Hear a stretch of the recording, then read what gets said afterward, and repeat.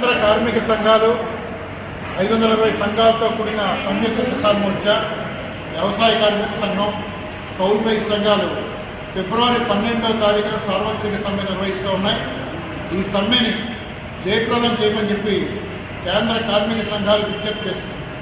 కేంద్రంలో ఉన్న బీజేపీ మోడీ ప్రభుత్వం కార్మికులకు నష్టదాయకంగా లేబర్ కోడ్లను తెచ్చింది. దీనివల్ల కనీస వేతనాల మీద దాడి, సంఘం పెట్టుకునే హక్కు మీద దాడి, సమ్మె చేసే హక్కు మీద దాడి, పని గంటలను పెంచడం, మహిళల చేత రాత్రిపూట పనిచేయించడం వంటి నష్టదాయకమైన అంశాలన్నీ కూడా ఈ లేబర్ కోడ్లో ఉన్నాయి. దీన్ని కేంద్ర కార్మిక సంఘాలు, ఉద్యోగ సంఘాలు వ్యతిరేకిస్తాయి.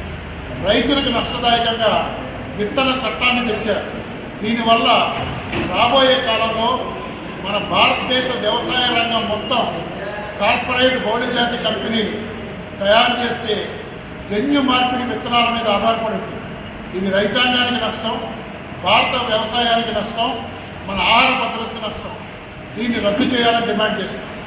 గ్రామీణ ప్రాంతంలో పేదలకు ఉపాధి కల్పించే ఉపాధి హామీ చట్టాన్ని కేంద్ర ప్రభుత్వం నిర్వీర్యం చేస్తూ బీజీ రామ్జీ చట్టాన్ని తెచ్చింది. ఇది నష్టదాయకమైంది.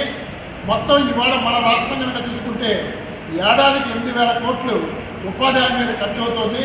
ఇప్పటిదాకా కేంద్రం 7,200 కోట్లు ఇస్తే రాష్ట్రం 800 కోట్లు ఏడాది ఖర్చు పెడతారు. ఈ మార్చిన సవరణల వల్ల రాబోయే కాలంలో మన రాష్ట్ర ప్రభుత్వం మొత్తంగా 3,200 కోట్ల రూపాయలు ఖర్చు చేయాల్సి వస్తుంది. అంటే ఆచరణలో ఇది ఉపాధి హామీ చట్టాన్ని నిర్వీర్యం చేయడం తప్ప మరొకటి కాదు.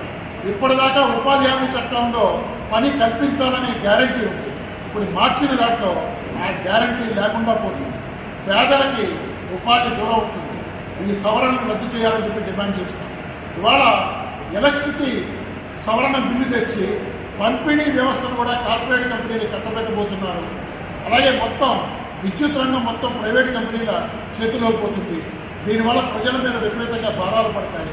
మనం గత 7 ఏళ్ల కాలంలో చూసినా కానీ రాష్ట్రంలో అందరి మీద, రాష్ట్ర ప్రజానేకం మీద భారం 24,000 కోట్ల రూపాయలు భారం వేశారు.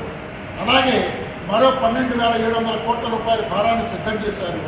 దీనికి తోడు ట్రూ-అప్ ఛార్జెస్ పేరిట 2024-25లో దాదాపు 2,700 కోట్ల రూపాయల భారాన్ని మోపుతున్నారు. 13 పైసలు తగ్గించామని చెప్తూ వీటన్నింటినీ కనుక చూసుకుంటే మొత్తంగా 40,000 కోట్ల రూపాయల భారాన్ని రాష్ట్ర ప్రజానేకం మీద రాష్ట్రంలోని కూటమి ప్రభుత్వం మోపుతుంది. వీటన్నింటినీ కూడా ఉపసంహరించుకోవాలని చెప్పి డిమాండ్ చేస్తూ ఫిబ్రవరి 12వ తారీఖున సమ్మె నిర్వహిస్తూ ఉన్నాం.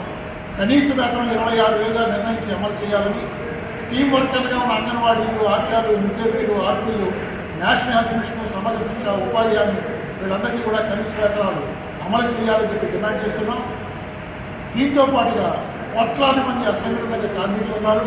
భవన నిర్మాణం, హమాలి, auto, private transport, shop employees, gig workers వీళ్ళందరికీ కూడా సామాజిక భద్రతా పథకాన్ని తేవాలని, ఓల్డ్ పెన్షన్ స్కీమ్ని పునరుద్ధరించాలని చెప్పి కనీస పెన్షన్ని 9,000 రూపాయలు చేయాలని, స్టీల్ ప్లాంట్తో సహా ఏ ప్రభుత్వ రంగ సంస్థలు కూడా ప్రైవేటీకరించకూడదని చెప్పి డిమాండ్ చేస్తున్నాం.